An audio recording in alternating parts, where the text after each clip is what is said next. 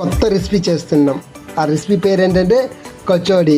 అందరూ కూడా మైదా పిండి వాడతారు, అందుకోసం మేము గోధుమ పిండి వాడతాం.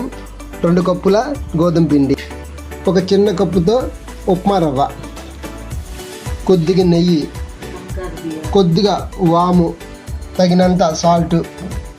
ఈ యొక్క పిండిలో గోధుమ పిండి వేసుకోవాలి, ఉప్పు, నెయ్యి,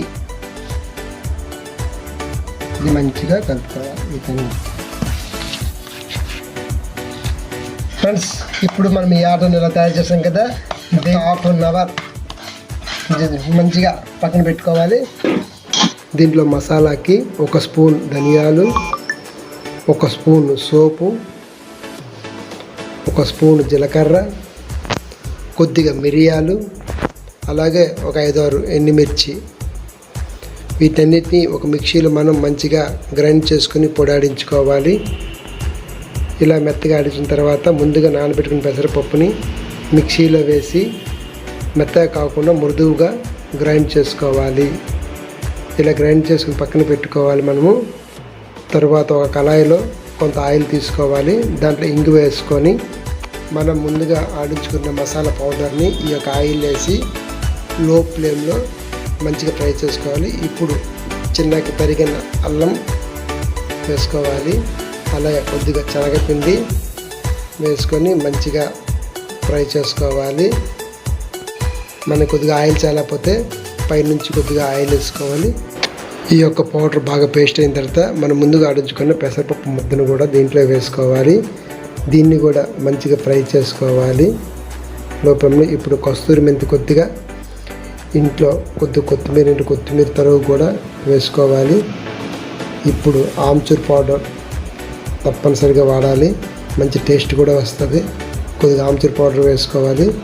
కలిపి ఈ మిశ్రమాన్ని పక్కన పెట్టుకోవాలి. ఈ ఫ్రై అయినప్పుడే మనం రుచికి తగిన సాల్ట్ కూడా వేసుకోవాలి.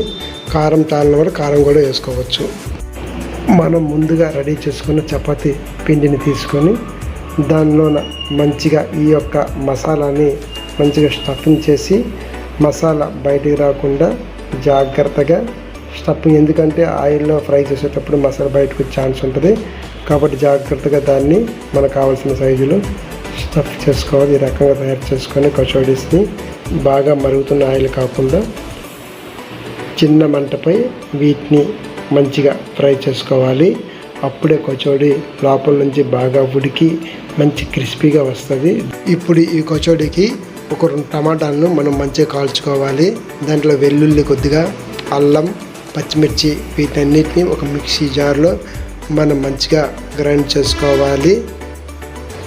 ఇప్పుడు కొత్తిమీర ఈ మిక్సీ జార్లో సన్నంగా తరిగి వేసుకోవాలి. అలాగే రుచి తగ్గ సాల్ట్ కూడా వేసుకొని ఈ యొక్క మిశ్రమాన్ని మొత్తాన్ని మిక్సీ జార్లో మనం మంచిగా మెత్తగా పేస్ట్ చేసుకోవాలి. ఈ కచోడీకి చాలా అయిపోయినాయి. కచోడీ టేస్ట్ ఎలా ఉందో చూసి చెప్తా. సూపర్ క్రిస్పీ ఉంటుంది, చాలా బాగుంది. బాగుందా?